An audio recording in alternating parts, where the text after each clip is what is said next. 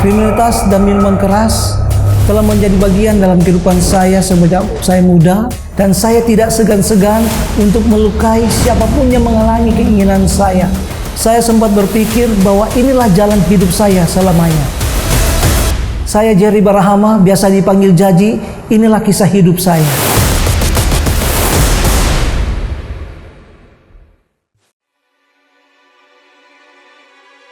Waktu itu ada teman-teman datang, saya layani.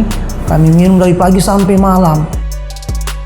Sudah dalam keadaan mabuk, waktu itu ada teman lewat, saya panggil. Saya pajak dia, bilang nggak ada uang. Saya bilang, oh, masa kamu nggak ada uang? Dia lari, saya kejar. Karena ada selokan, dia jatuh. Saya cabut pisau, saya tikam dia dalam lubang. Itu umur 18 tahun. Saya buron, sempat buron 2 minggu. Tapi karena polisi kejar-kejar terus, karena yang saya tikam itu orang punya uang. Saya kira sudah dalam keadaan aman, saya pulang ke rumah. Polisi datang, saya ditangkap.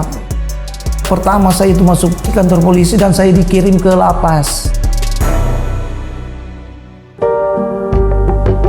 Waktu itu di lapas, kami bentuk satu tim.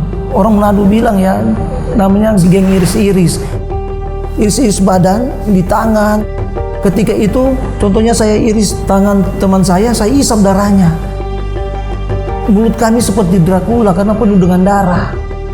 Itu untuk melambangkan kekuatan kami, sebab apabila satu orang mengalami masalah, kami saling membantu di situ. Latar belakang keluarga saya memang orang tua preman. Sikap dari bapak itu mendidik kami sebagai anak-anak itu terlalu keras. Seringkali dipukul, seringkali dimarah, dimaki. Kasih bapak itu hilang dalam kehidupan kami. Waktu itu kelas 3 SMP saya ikut tinju, karena dari dasar tinju itu saya orangnya suka berkelahi. Sehingga suka pajak-pajak orang, saya pukul-pukul orang, sehingga di kampung saya jadi preman. Ya ketika orang tua lihat saya, bapak marah, dia bilang, kamu cuma hidup minum-minum, pukul-pukul orang. Lalu saya menantang bapak, saya bilang, saya lihat figur bapak seperti ini, jadi ini yang saya lakukan.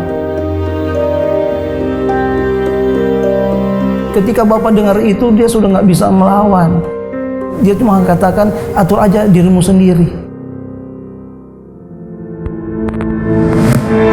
Waktu itu karena kasus penikaman, 7 bulan saya hidup di dalam dunia lapas, kehidupan saya semakin sombong. Saya anggap, oh saya ini preman. Dampaknya ke rumah tangga, saya berantem dengan istri, saya juga pukul istri. Itu terjadi terus. Mabuk di luar, pulang ke rumah, langsung banting barang, pukul saya. Itu yang selalu dia lakukan sama saya dan anak saya.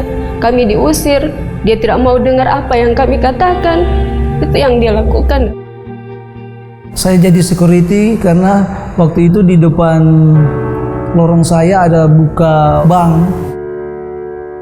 9 tahun saya kerja di sini, tapi waktu itu saya tidak bisa mencerminkan jati diri seorang security.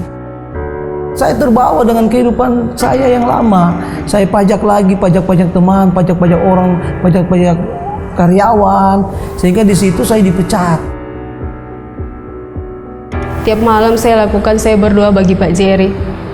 Itu yang saya minta sama Tuhan. Cuma satu kata yang saya bilang, Tuhan, ubah kita pe suami Tuhan. Biar dia jahat, saya tetap mencintai Pak Jerry. Ketika saya dipecat, saya bernasar kepada Tuhan. Karena waktu itu saya berpikir, wah kalau hidup saya begini terus, saya bisa cerai dengan istri. Karena istri mungkin nggak tahan. Nah, waktu itu saya bernasar kepada Tuhan, beri saya pekerjaan Tuhan.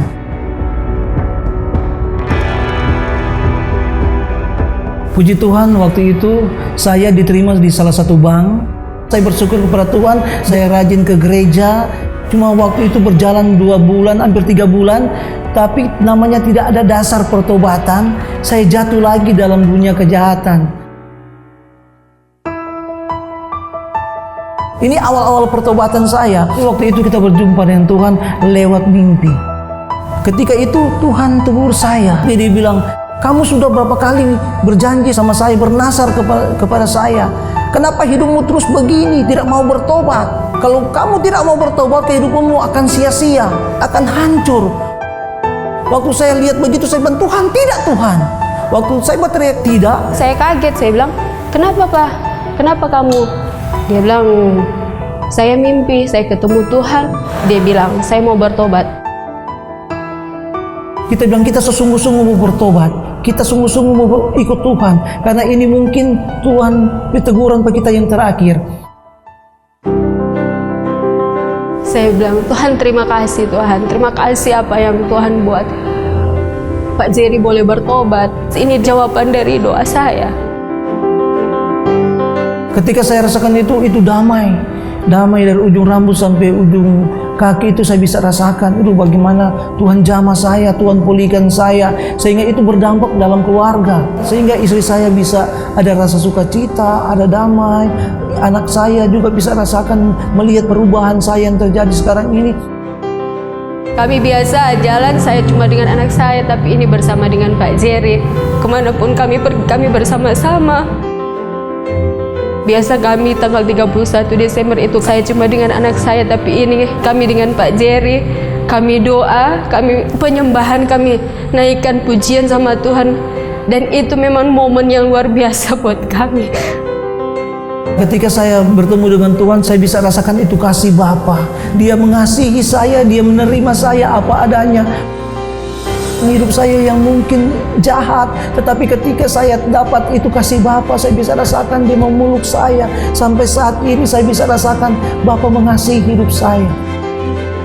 Firman Tuhan yang sangat berkesan dalam kehidupan saya di dalam Lukas 5 ayat 32. Di situ dikatakan, aku datang bukan mencari orang benar, tetapi aku datang untuk mencari orang berdosa supaya mereka bertobat.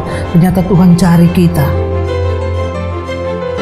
Dia tidak lihat pelanggaran kita, tetapi Dia lihat hati kita dan pengakuan kita. Jika kita mengaku dosa kita, Dia setia dan adil, akan mengampuni segala dosa kita dan menyucikan kita dari segala kejahatan kita.